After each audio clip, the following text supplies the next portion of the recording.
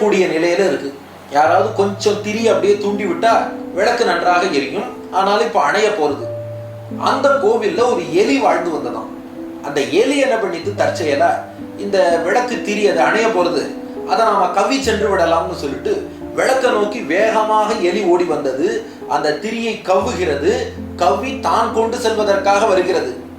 அப்ப பார்த்து அந்த இடத்துக்கு ஒரு பூனை வந்தது. பூனை ஒலி எழுப்பியது. அதை கேட்டது எலி பயந்து கொண்டு இந்த பூனை நம்மை தின்று விட்டால் என்ன பண்ணுவதுட்டு அந்த திரியை சற்றே இழுத்து விட்டுட்டு எலி ஓடிடுது. திரியை இழுத்து விடணுங்கிறது எலியோட நோக்கம் இல்லை. அது திரியை கொண்டு போகத்தான் பார்த்தது.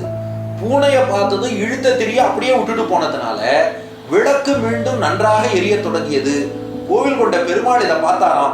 ஆகா, இந்த எலி எனக்காக அழகா விளக்கு போட்டிருக்கே என்று நீ பேரரசியாக ஆவாய், அது பெண் எலி, நீ அடுத்த ஜென்மத்துல பேரரசியாக ஆவாய் என்று அந்த எலிக்கு அனுகிரகம் பண்ணார். அடுத்த பிறவில பார்த்தா அந்த எலி காசி தேசத்து ராஜாவின் மனைவி லலிதா என்ற பட்ட மகிழ்ச்சி மகாராணியாக அந்த எலி வந்து பிறந்துதான். அந்த ஜென்மத்துல மீண்டும் இடைவிடாது பக்தி பண்ணி அந்த லலிதா என்ற பெண் முக்தியையே அடைந்தாள் என்பது வரலாறு. தெரிந்தோ தெரியாமலோ இறைவன் பெயரை சொன்னாலும், இறைவனின் ஊரை சொன்னாலும், இறைவனுடைய அடியார்களுக்கு தெரிந்தோ தெரியாமலோ ஒரு தொண்டு செய்தாலும், ஏதோ ஒரு நற்செயல் செய்தாலும் கூட அதையும் ஒரு கைகரியம் என்று ஏற்று அனுகிரகம் பண்ணுவதற்காக இறைவன் காத்திருக்கிறான்ங்கிறத இதன் மூலமாக புரிந்து கொள்கிறோம் அல்லவா.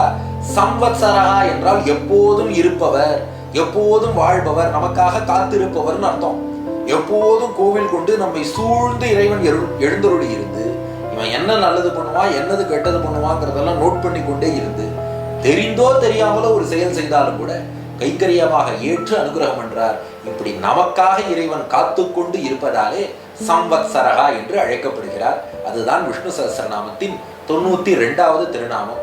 நாமும் தினமும் சம்வத்சராய நமஹா என்ற இந்த திருநாமத்தை சொல்லி வந்தால் நாம செய்யக்கூடிய செயல், அதுவும் நாம கொஞ்சம் அப்படி இப்படிதான் பண்ணுவோம், நம்ம மெச்சூரிட்டி இல்லாம பண்ணுவோம், பக்குவம் இல்லாது பண்ணக்கூடிய அந்த செயல்களையும் நல்ல செயல்களாக பக்குவப்படுத்தி மாற்றி நமக்கு உயர்ந்த அனுகிரகத்தை எம்பெருமான் அருள்வான் என்பதிலே எந்த ஐயமும் இல்லை.